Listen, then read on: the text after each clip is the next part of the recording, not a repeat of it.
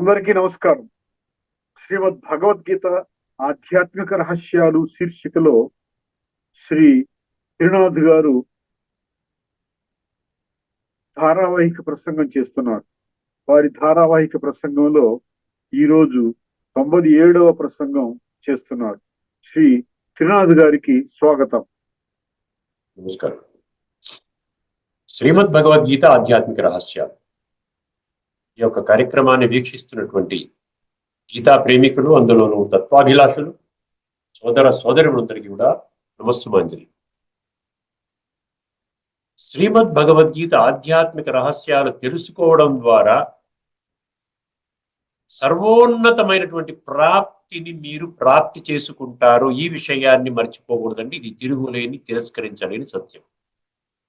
ధృతి, సాత్విక ధృతి అంటే ఏమిటో అర్థం చేసుకునే ప్రయత్నం చేద్దాం. సాత్విక ధృతి, ఎందుకంటే ఇట్లాంటి చాలా కాన్సెప్ట్స్ ని భగవంతుడే చాలా స్పష్టంగా మనందరి కోసం అన్నమాట. సాత్విక, రాజసిక, తామసిక, ఉత్తమ, మధ్యమ, కనిష్ట, ఈ 3 గ్రేడ్స్ లో ఆయన డివైడ్ చేసేసి ఒక్కొక్క దాని యొక్క లక్షణాలని చాలా స్పష్టంగా ప్రకటించడం జరిగింది.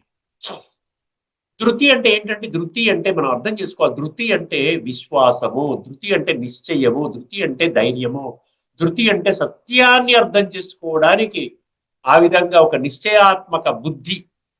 అర్థమైందండి.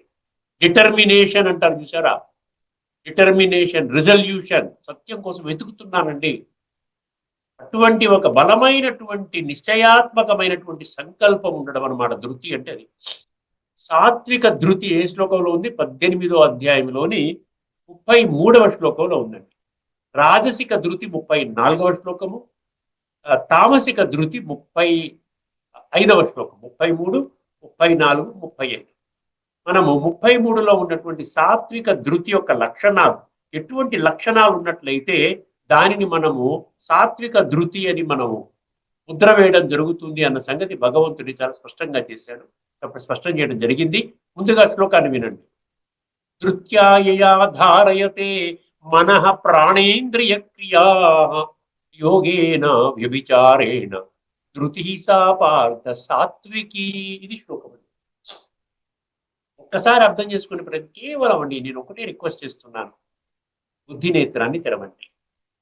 మనుషులకు భగవంతుడు 84 లక్షల జీవరాశుల్లో బుద్ధి నేత్రాన్ని ఇవ్వడం జరిగింది. బుద్ధి అంటే విచక్షణ, పరిశీలన శక్తి, power of discrimination, power to judge, నిర్ణయ శక్తి కూడా అందులో ఇమిడి ఉన్నది. చిన్న చిన్న విషయాలకి మనం బుద్ధిని వాడుకుంటున్నాం, గంభీరమైన విషయానికి మనం బుద్ధి నేత్రాన్ని మూసుకుంటున్నాం అంటే ఎట్లా మనం అర్థం చేసుకోగలుగుతాం? ఆలోచించండి ఒకసారి. ఎందువల్ల భగవంతుడు అన్నాడు కొద్ది మంది మాత్రమే నన్ను తెలుసుకుంటారు? అనవలసిన అవసరమే ఉందండి. అందరూ తెలుసుకునేటువంటి విధానం లేదా అంటే ఎందుకు లేదు అంటే, ప్రతి ఒక్కరు కూడా దైహిక భ్రాంతిలో పడిపోయి, నేను దేహం అనే ప్రక్రియలో పడిపోయి ఈ ఆత్మ యొక్క ఉనికిని మర్చిపోయారు. ఆత్మ యొక్క ఉనికి కేవలం ఎవరైనా మిత్ర సంబంధీకులలో చనిపోయినప్పుడు మాత్రమే ఆత్మకి శాంతి కలుగుగాక. చనిపోయిన వ్యక్తిలో ఆత్మ లేదు అన్నప్పుడు బ్రతికున్న వ్యక్తిలో ఆత్మ ఉన్నది అన్నది కేవలం ఇంగిత జ్ఞానం సరిపోతుందండి. దానికోసం పెద్ద పెద్దగా అకాడమిక్ ఫీల్డ్లో డిగ్రీలు ఏమి అవసరం, చదువులు అవసరం లేదు. ధార్మిక జగత్తులో శాస్త్రాల యొక్క జ్ఞానం కూడా అవసరం లేదు. కేవలం కామన్ సెన్స్ అంటారు. ఇక్కడ ఏమంటున్నాడు? ధృతి ఎందుకన్నాడు అసలు? ధృతి అంటే అందరికీ విశ్వాసం ఉండదండి, కొద్ది మందికి మాత్రమే ఉందని 3 రకాలుగా విభజించాడు. మనకి మనమే తీర్మానించుకోవాలి, నేను ఏ కేటగిరీలో వస్తాను. ధృత్యాయయా ధారయతే మనః ప్రాణ ఇంద్రియ క్రియా అన్నాడు. మనస్సు అంటే సాత్విక ధృతి ఉన్నటువంటి లక్షణాలు, మనిషి యొక్క లక్షణాలు ఏంటి? మనస్సు. ఏమండి? ప్రాణము, ప్రాణము అంటే ఆత్మ, అంతే కదా. ప్రాణం పోయిందంటారు కదా, ప్రాణం పోయిందంటే ఆత్మ పోయిందనమాట. మనః ప్రాణ ఇంద్రియ, ఇంద్రియాలు చాలా డేంజర్ అండి. అర్థమైంది? ఇంద్రియాలు చాలా అదుపులో పెట్టుకోవాలి అని చెప్పేసి గీతలో ఎన్నో శ్లోకాలను మనం చర్చించుకున్నాం ఇప్పటికే. జ్ఞానేంద్రియాలు, కర్మేంద్రియాలు, ఇంద్రియ విషయాలు, ఈ 3 విషయాలు మీరు అర్థం చేసుకోవాలి. ఎక్కడైనా ఇంద్రియ సముదాయము, ఆపరేటస్ ఆఫ్ సెన్సరీ ఆర్గన్స్ అంటే 5 జ్ఞానేంద్రియాలు, 5 కర్మేంద్రియాలు, 5 ఇంద్రియ విషయాలు. ఇప్పటికీ మనం చర్చించుకున్నామని నేను దాన్ని వివరించడానికి ఏం లేదు, సమయాన్ని కూడా దృష్టిలో పెట్టుకుని మనం చూడాలి. ఇది మన మెయిన్ టాపిక్ కాదు. మెయిన్ టాపిక్ అనేది ఒక్క భగవంతుడే సర్వశక్తివంతుడు. ఎందుకు చెప్తున్నాను? ప్రతి దాన్ని నేను నొక్కి వక్కాణిస్తున్నాను. ఎందుకంటే మీరు అర్థం చేసుకోవాలి. విని విని బాగుంది అంటే దానివల్ల ఉపయోగం లేదండి. చాలా బాగా అర్థం చేస్తున్నారు. ఎందుకు, ఎవరి కోసం అర్థం చేస్తున్నారు? మేము అర్థం చేసుకున్నాం. నాకులాగా ఒక 30 లక్షల మంది బ్రహ్మకుమారులు బ్రహ్మకుమారులు అనబడే వాళ్ళు అర్థం చేసుకున్నారు. వాళ్ళ గురించి కాదు కదా. ఎవరైతే అజ్ఞానములో ఉన్నారో, ఇంకా దైహిక భ్రాంతిలో ఉన్నారో, ఆత్మజ్ఞానము లేదు, పరమాత్మ తత్వం అర్థం చేసుకోవడానికి ఇప్పటిదాకా ప్రయత్నం చేయలేదు, వారి కోసం అన్నమాట ఈ యొక్క కార్యక్రమాన్ని మన డాక్టర్ గారు, ఆచార్యులు ఏర్పాటు చేయడం జరిగింది. ధృత్యాయయా ధారయతే. ధారయతే అంటే ధారణ చేయటం. మనః ప్రాణ ఇంద్రియ క్రియ. ఈ మనస్సు, ఆత్మ, ఇంద్రియాలు. ఇంద్రియాలు భౌతికం అండి. మనస్సు అనేది సూక్ష్మము, ఆత్మ సూక్ష్మము, బుద్ధి సూక్ష్మము. అర్థమైందండి? ప్రాణము సూక్ష్మము. ఆ ఆత్మ వెళ్ళిపోయినప్పుడు కనబడుతుంది ఎవరికైనా? కనబడదు. ఉండగా కనపడదు, పోయినా కనపడదు. అందుకని ఇవన్నిటినీ కూడా ఏం చేస్తాడు? వీటి మీద అదుపాజ్ఞానం పెట్టుకుని ఇవన్నిటినీ ఉపయోగించి భగవంతుడు తెలుసుకునే ప్రయత్నం చేస్తాడు. ధారణ చేయడం అంటే ఏంటి? మనసు ఇప్పుడు భగవంతుడి పట్ల మన్మనాభవ అన్నాడు. గీత యొక్క సారాంశం 3 ముక్కల్లో మన్మనాభవ, 6 ముక్కల్లో మన్మనాభవ మామేకం శరణం వ్రజ, 10 ముక్కల్లో మన్మనాభవ మామేకం శరణం వ్రజ నష్టో మోహ స్మృతి లబ్ధ. ఇలాగ కొన్ని ముక్కల్లోనే మనకు భగవంతుడు గీత జ్ఞానం మొత్తం పిండి మనకు పోసేస్తున్నాడు. ఒక నెక్టర్, అమృతాన్ని మనకు అందించేస్తున్నాడు. ధృత్యాయయా ధారయతే మనః ప్రాణ ఇంద్రియ క్రియా. ఈ విధంగా చేసినట్లయితే ఒక్క విషయం ప్రస్ఫుటంగా అర్థమవుతుందండి. అక్కడ సెకండ్ తర్వాత పంక్తిలో చెప్తున్నాడు. అది చాలా డేంజరస్ గా, అటువంటి పదం కూడా వాడకూడదు, ఆయన వాడటం జరిగింది. యోగేన అవ్యభిచారేణ ధృతి సాపార్థ సాత్వికి అన్నాడు. యోగేన, యోగము. యోగం అంటే ఏమిటి? నేనెవరిని, భగవంతుడు ఎవరు, అంతేనండి యోగం అంటే. మీరు యోగా, వాట్ ఈజ్ యోగా అని మీరు చాట్ జీపీటీని కానీ, లేకపోతే జెమిని కానీ, లేకపోతే గూగుల్ని కానీ అడగండి. What is yoga, define yoga అని అడగండి, ఇంగ్లీష్లో కొట్టండి. ఏముంటుందండి? Individual consciousness in connection with universal consciousness. ఇక్కడ కాన్షియస్నెస్ ముఖ్యము. కాన్షియస్నెస్ అనేది కనబడదు. యూనివర్సల్ కాన్షియస్నెస్ అంటే ఏంటి? ప్రపంచంలో ఉన్న 850 కోట్ల మందికి వర్తించేటువంటి కాన్షియస్నెస్. వీరందరికీ, అందరూ సర్వాత్మలు అంటాం కదా, ప్రతి ఒక్కరిలో శరీరము ఆత్మ ఉన్నదండి. మీరు ఆత్మ అనే జ్ఞానం లేనంత మాత్రాన ఆత్మ లేదని కాదు కదా. వీళ్ళు అజ్ఞానంలో జ్ఞానం లేదు మీకు, అంతే. అజ్ఞానం అంటే ఏంటి? జ్ఞానం లేదు. ఆత్మ ఉన్నది, మీలో కూడా ఉంది. అజ్ఞానులలో కూడా జ్ఞానం ఉన్నది. అందుకనే గీతలో ఏం చెప్పాడు? 6వ అధ్యాయంలో 5:6 ఏం చెప్పాడండి? నీకు నీవే శత్రువు అని చెప్పాడు. ఉద్ధరేదాత్మనాత్మానం ఆత్మానం అవసాదయే ఆత్మైవ హ్యాత్మనో బంధురాత్మైవ రిపురాత్మన అన్నాడు. అర్థమైందండి? నీకు నీవే శత్రువు, బయట శత్రువు ఎవరు లేరండి. నిన్ను నీవు ఉద్ధరించుకో నాయన ఆత్మజ్ఞానం ద్వారా. ఒకవేళ ఆత్మజ్ఞానాన్ని విస్మరించినట్లయితే, తిరస్కరించినట్లయితే, చులకనగా చూసినట్లయితే, నీ ఆత్మనే నిన్ను అధోగతి పాలు చేస్తుంది. నీవు అధోగతి పాలవడానికి ప్రపంచంలో ఇంకొక వ్యక్తి కాదు, నీ భార్య బిడ్డలు కాదు, సమాజం కాదు, మిత్ర సంబంధులు కాదు, నిన్ను నీవే పాతాళానికి, కదా పాతాళాన్ని నెట్టుకుంటున్నావు. ఉద్ధరించుకున్నా నీ వల్లనే అదా పాతాళానికి నెట్టుకున్నా నీవే కారణం అంటున్నాడు. అందుకని ఇక్కడ ఏమన్నాడు? యోగేనా అంటే యోగికి మాత్రమే అర్థమవుతుంది. అర్థమే. మన ప్రాణ ఇంద్రియ క్రియలని ధారణ చేసేటువంటి యోగికి ఏమర్థమవుతుంది? అవ్యభిచారేణ అని అర్థం. అవ్యభిచారేణ అంటే ఏంటంటే వ్యభిచారి యోగము, అవ్యభిచారి యోగం అంటే ఏంటి? భగవద్గీతలో 3 శ్లోకాల్లో ఉందండి. అవ్యభిచారేణ మయిచానన్య యోగేన భక్తిరవ్యభిచారిణి అంటాడు. 13వ అధ్యాయంలో ఉంటుంది. 10వ శ్లోకంలో 10వ శ్లోకంలో ఉంటుంది. అర్థమైందండి? ఈ అవ్యభిచారి అనే పదం భగవంతుడు ఎందుకు వాడవలసి వచ్చింది? భగవాను వాచ నేను చెప్పడం లేదు, బ్రహ్మకుమారి చెప్పడం లేదు మీకు. అంటే నేనొక్కడినే భగవంతుడిని నాయన, ఇంకా ఎవరి గురించి నీవు ఎవరిని భగవంతుడు అనుకున్నా కూడా అది వ్యభిచారి యోగం అవుతుంది అంటున్నాడు. యోగేన అవ్యభిచారేణ. అటువంటి ధృతి ఎవరికైతే ఉంటుందో వారికి సాత్విక ధృతి ఉన్నట్టు లెక్క. లేకపోయినట్లయితే వాళ్ళు భగవంతుణ్ణి పొందలేరు. సాత్విక ధృతి ఉన్నవాళ్లే సాత్విక సంస్కారాలు తయారు చేసుకుని సాత్విక ప్రపంచం, అందుకని సత్యయుగము అంటారు. సత్యయుగం అంటే సాత్, 7 దివ్య గుణాలతో ఉన్నటువంటి మనిషి అన్నమాట. ఆత్మలో 7 దివ్య గుణాలని ఆయన అవేకం చేసుకుంటాడు. ఏమిటంటే ఆ 7 దివ్య గుణాలు? ఆనందము, తర్వాత శాంతి, ప్రేమ, శక్తి, జ్ఞానము, అర్థమైందండి, పవిత్రత, అదేవిధంగా సుఖము. ఈ 7 దివ్య గుణాలు ఏవైతే ఉన్నాయో ఆత్మలో ఉన్నాయి, అవి అవేకం చేసుకుంటాడన్నమాట ఎప్పుడైతే ఆత్మజ్ఞాని అవుతాడో. అందుకని అవ్యభిచారి యోగేన అటువంటి ధృతి అనేది, అటువంటి లక్షణాలు ఉన్నటువంటి వాడు అన్నమాట ఎవరండి? సాత్విక ధృతి. అర్థమైంది కదా? ఒకసారి పుస్తకంలో ఏమి ఇచ్చారు ప్రతిదానికి నేను పుస్తకం కూడా దగ్గర పెట్టుకొని నేను మీకు చదివి ఎందుకు వినిపిస్తున్నాను అంటే, నేను ఏదో వక్రంగా నేను భాష్యం చెప్తున్నాను. భాష్యం అసలు చెప్పడానికి మనుషులకు అర్హత లేదండి. ఎక్కడా కూడా కరెక్ట్ గా చెప్పలేదు. చెప్పి ఉంటే ఈ పాటికే భగవంతుడు రావాల్సిన అవసరం లేదు. మనమే మన జీవితాన్ని మార్చుకునేవాళ్ళం. భగవంతుడు వచ్చి ఏం చెప్తున్నాడు? బాబు, నువ్వు శరీరం కాదు, నువ్వు ఆత్మవి. అర్థమైందండి? భగవంతుడు ఒక్కరే ఆత్మలందరికీ తండ్రిని. నీవు నాతో కనెక్ట్ అవ్వు. రాజయోగము 93 శ్లోకాల యోగం అనే పదం ఉంది. ఏమంటే యోగ శాస్త్రి అని ఎండింగ్ లో ఉంది. ప్రతి అధ్యాయం చివరిని యోగము యోగము యోగము యోగం అన్నాడు. ఇంతకంటే ఇంకేం చెప్పాలండి? ఆయన సుప్రీం ప్రొఫెసర్, సుప్రీం టీచర్ అన్నమాట. అంతకంటే గొప్ప టీచర్ ప్రపంచంలో ఇంకో రెండో టీచర్ లేడు. ఏమిచ్చాడు చూడండి. ఓ పార్థ, పార్థ అంటే పృథకుమార, పృథ అంటే పృథ్వీ, పృథ్వీ అంటే మనం అందరం వచ్చేస్తాం అందులో. ఇటువంటి చలింపని ధారణాశక్తితో, చలింపని, ఇక్కడ అవ్యభిచారి అనే పదాన్ని ఏం చేశాడు? చెలింపని అనే పదం అర్థం తీసుకున్నాడు. కానీ చెలింపని అర్థం కాదు అక్కడ. వ్యభిచారి అంటే నాకు అందరూ భగవంతులే, 33 కోట్ల దేవీ దేవతలు భగవంతులే. అందుకనే మన పూజా గదిలో, హైందవ పూజా గదిలో అందరి విగ్రహాలు, అందరి పటాలు పెట్టుకుంటాం. అందరినీ పూజిస్తాం, అందరినీ భగవంతుడిగా ఆరాధిస్తాం. అందుకని భగవంతుడు ఏమంటాడు? నాకు రాముడు కావాలి, కృష్ణుడు కావాలి, ఆంజనేయ స్వామి కావాలి, వినాయకుడు కావాలి, మా వైష్ణవి దేవి కావాలి, లక్ష్మీదేవి కావాలి, దుర్గాదేవి కావాలి, సరస్వతి కావాలి, బ్రహ్మ కావాలి, శంకరుడు కావాలి, అందరూ కావాలి. ఇప్పుడు భగవంతుడు ఏమంటాడు? ఒక్కటే ఒక్క విషయాన్ని స్పష్టం చేస్తే ఏమంటాడు? దేహధారులు ఎవరు భగవంతుడుగా మీరు ఆ విధంగా అర్థం చేసుకోకూడదు.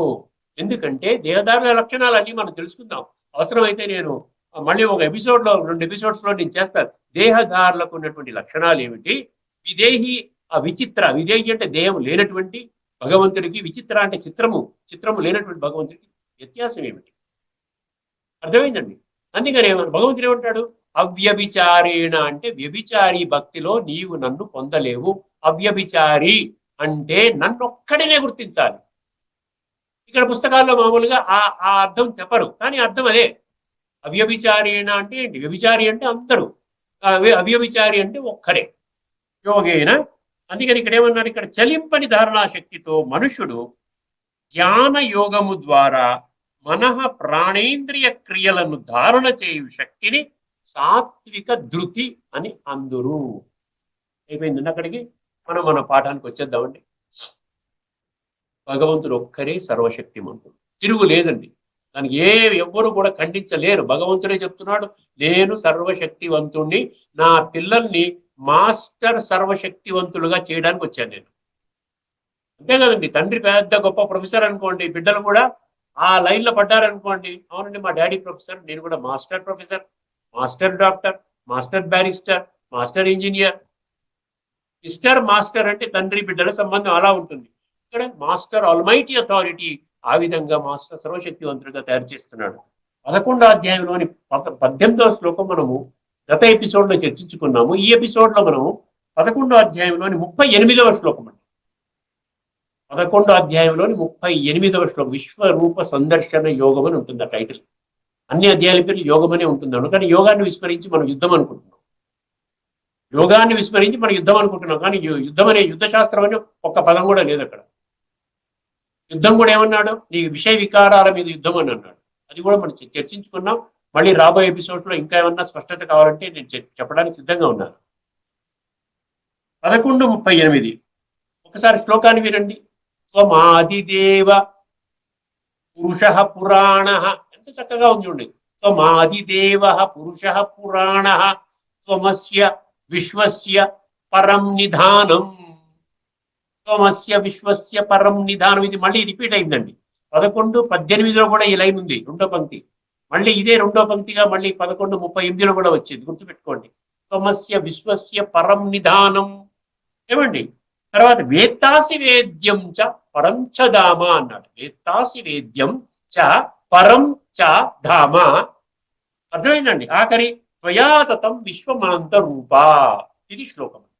అర్థమైంది? ఒక్కసారి అర్థం తెలుసుకుందాం. ఇది మామూలుగా పఠన పారాయణ శ్రవణ ప్రచారంలో మనకి ఏమీ అర్థం కాదు. అర్జునుడికి చెప్పడం జరిగింది. అర్జునుడు కన్ఫ్యూజన్ లో ఉన్నాడు, చాలా అవస్థ పడుతున్నాడు. అవన్నీ అర్జునుడి గురించి మనం ఏవైతే ఇప్పటిదాకా అనుకున్నామో అవన్నీ మనకు వర్తిస్తాయి.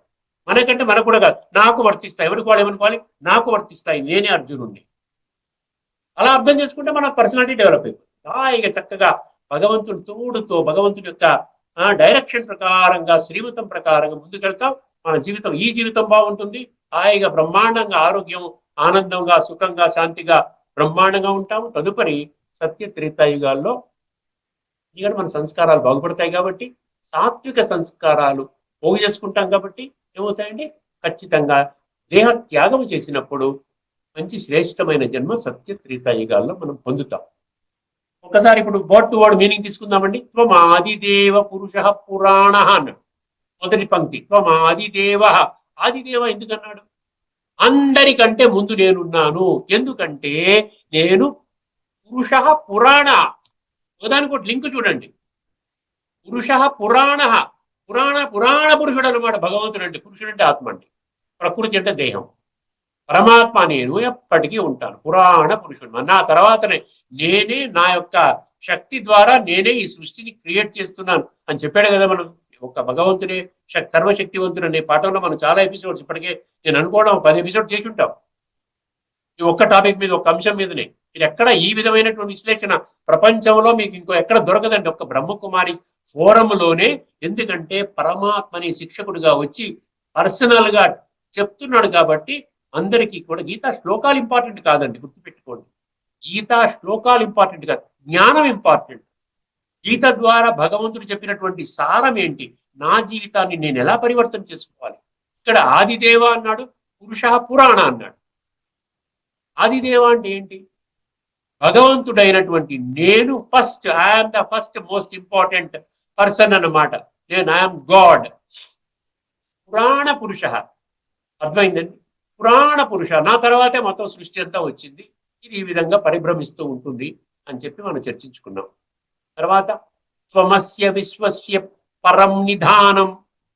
విశ్వస్య, విశ్వ అనే పదం చూడండి. విశ్వ, జగత్తు, లోకము, ఇహ, సర్వం అనే పదాలు 137 శ్లోకాలలో ఉన్నాయి, గుర్తుపెట్టుకోండి. దానిని మనము తేలికగా తీసుకోకూడదు. విశ్వం అనే పదం ఎందుకన్నాడు, లోకం అనే పదం ఎందుకన్నాడు, జగత్తు అనే పదం ఎందుకన్నాడు, మనం అర్థం చేసుకోవద్దా? అసలు అక్కర్లేదా? కేవలం ఏమి చెప్పినా కూడా మళ్ళీ నేను ఏదో హిందూ ధర్మం ఏదో పుస్తకము, కృష్ణుడు అర్జునుడు యుద్ధరంగము, కురుక్షేత్రము ఇలాగే అనుకుంటూ మన జీవితం ఆ విధంగా తెల్లార్చుకోవడమేనండి.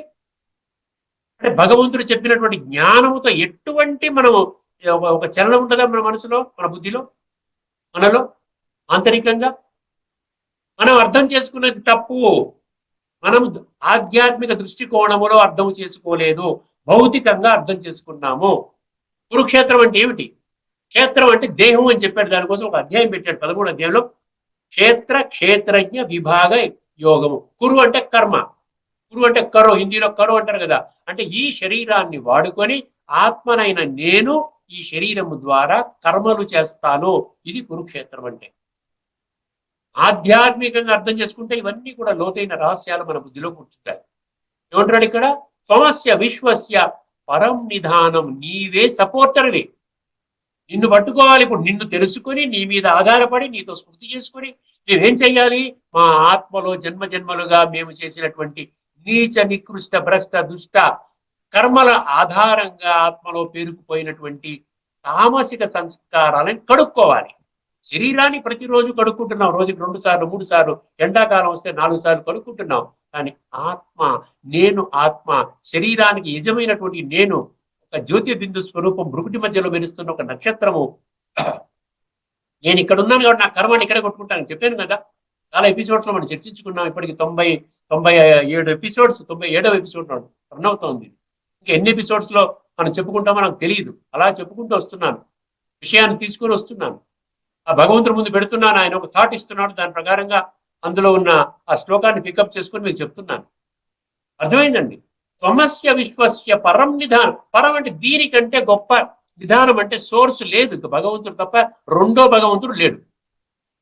ఏమంటే మేము ఒక గురువు గారి మంత్రం తీసుకున్నామంటే అది కాదు, దానివల్ల మీరు స్వర్గానికి వెళ్ళలేరు.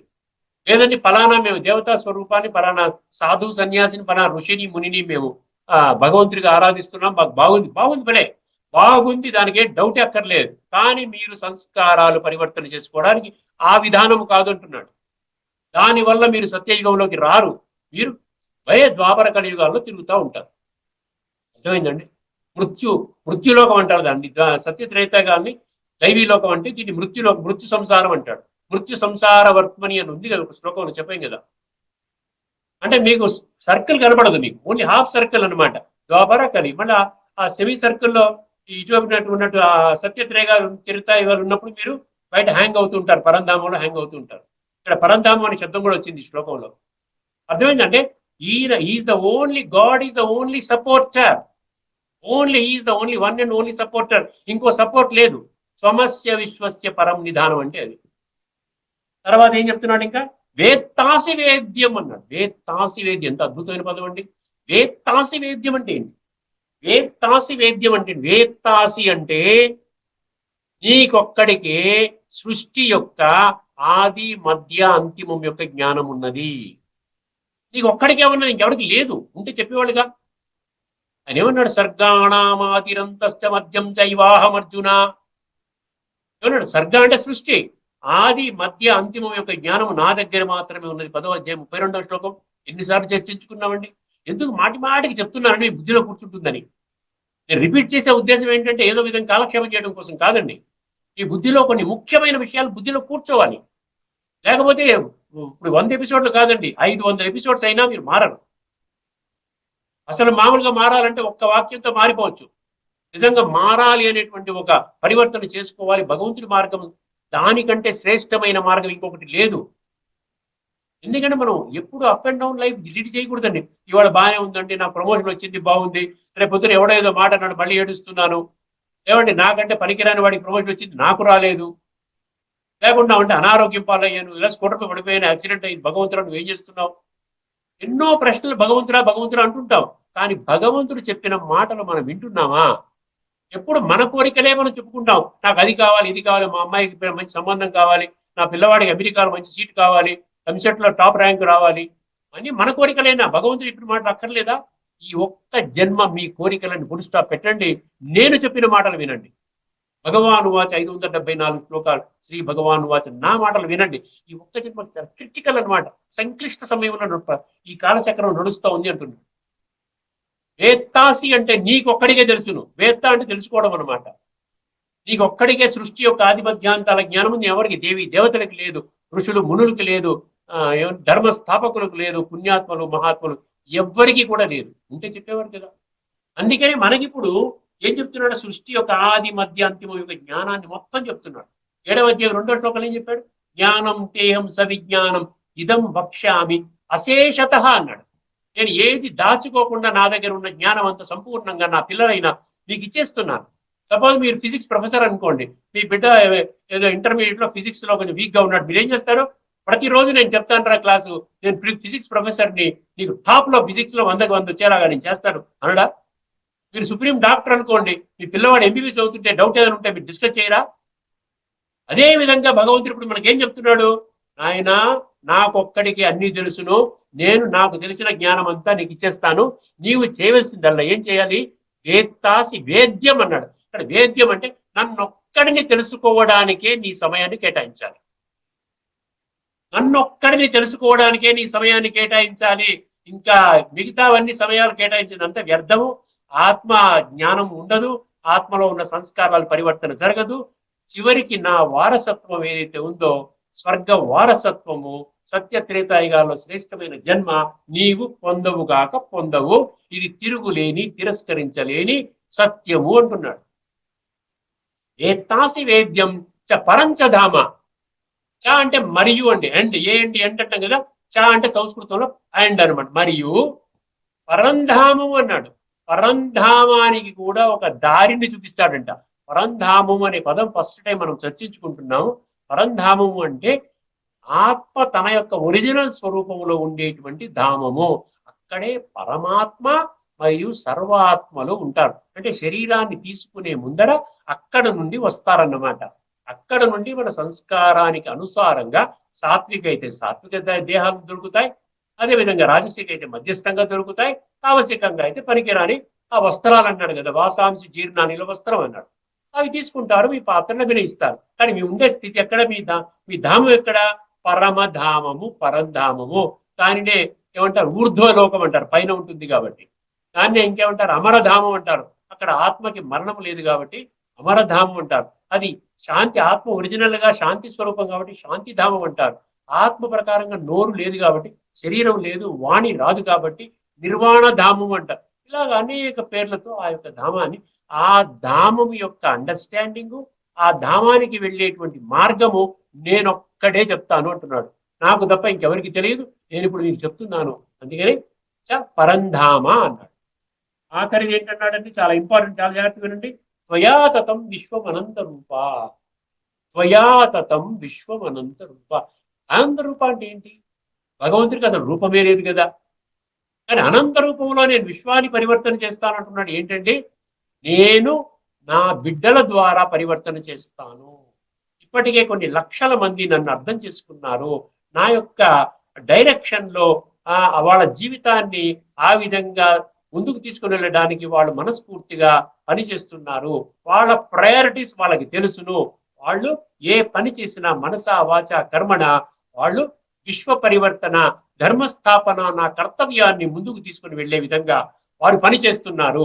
వాళ్ళ ద్వారా నేను విశ్వ పరివర్తన చేస్తాను. కాబట్టి విశ్వ అనంత రూప, లిమిట్లెస్ రూపాలు నాకున్నాయంటే భగవంతుడు ప్రతి ఒక్క మనిషి ద్వారా, పరమాత్మ యొక్క సంతానము ద్వారా విశ్వాన్ని పరివర్తన చేస్తున్నాడు. అర్థమైందండి. శ్రీమతములో 4వ భాగము, మొదటి భాగము జ్ఞానము, 2వ పార్ట్ ఏమో యోగము, 3వ పార్ట్ ఏమో ధారణ, జీవితంలో ఆ జ్ఞాన యోగాల ద్వారా జీవితంలో గుణాలు, దివ్య గుణాలు, దివ్య శక్తులు ధారణ చేయటము, తర్వాత ఈశ్వరీయ సేవ. ఈ 4 శ్రీమతం అనమాట.